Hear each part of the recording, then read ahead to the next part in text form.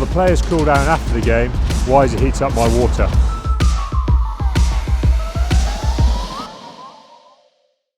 Well, Stuart, Christmas is finished, but you gave Chiefs fans the perfect Christmas present by saying you're hanging about the place. Just tell us a little bit about your reasons why you felt you had to come out. Yeah, look, for me, I'm thoroughly enjoying my rugby this season. Have done for a long time. And yeah, all the kind of rumours and that were going around that I was leaving, I just wanted to get rid of it. I wanted to be able to concentrate on playing, and I'm here for the next 2.5 seasons.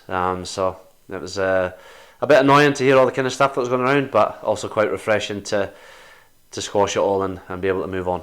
And what a club you've arrived. You've really bought into the whole Chiefs, and you want to be at a successful club, and you're very much part of that. Oh, 100%. For me, I wanted to come down here to be the best version of myself on and off the field, and I thoroughly enjoyed it, learning new things every single day, and playing for one of the best clubs in Europe. So for me, I want to be a part of a successful side. I want to be in a position to win trophies, and I truly believe at Exeter Chiefs we can do exactly that. Just reflect a little bit on 2021 as we say goodbye to it. It's been a great season personally, with the awards there.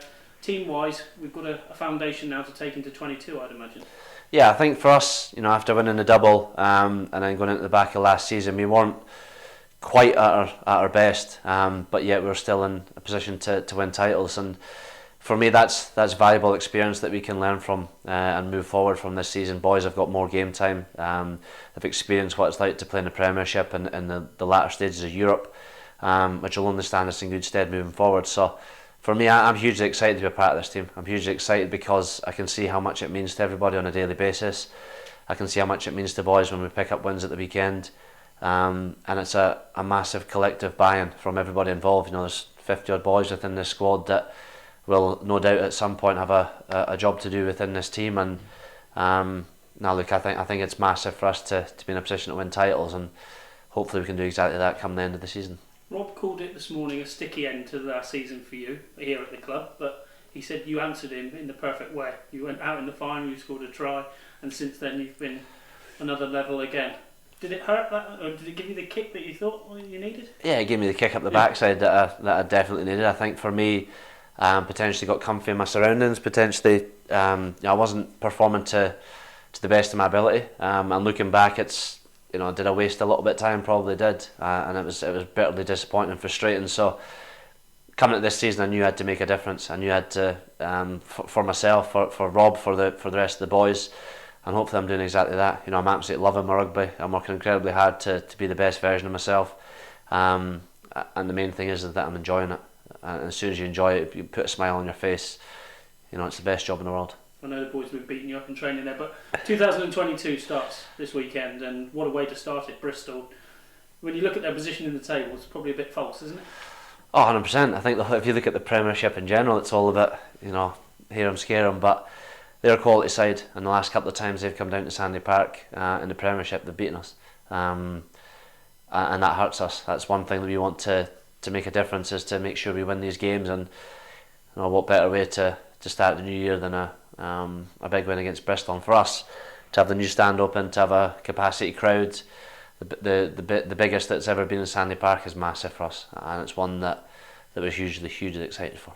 Rob says there's not been too much reflection on the Glasgow result, but for you going back to old stomping ground and that, it must have hurt a little bit. But what went wrong?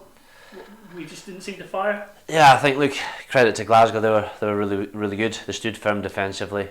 We didn't get to multi-phase in our attack, but look, the conditions were absolutely horrible. At times you couldn't see the ball when it was in the air, but again, I guess it's the same for both sides. But look, I think at times we can look back and say we didn't front up at vital times. But look, we'll learn from it. We'll move on and just make sure we're not making the same mistakes. And we've seen from the last two home performances, Sarries, Montpellier, we're starting to click into that gear. That's what you've got to carry into Bristol now.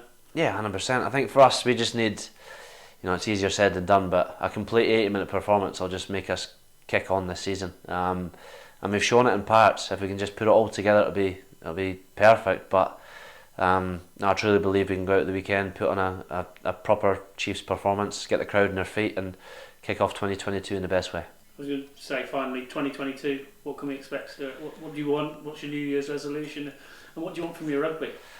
Oh, I just want to keep enjoying it. For me, as I say, we're one of the best clubs in Europe, and I want to keep enjoying my rugby, and hopefully that comes out in my performances. I absolutely love it here down at Exeter, and I'm here to the bitter end.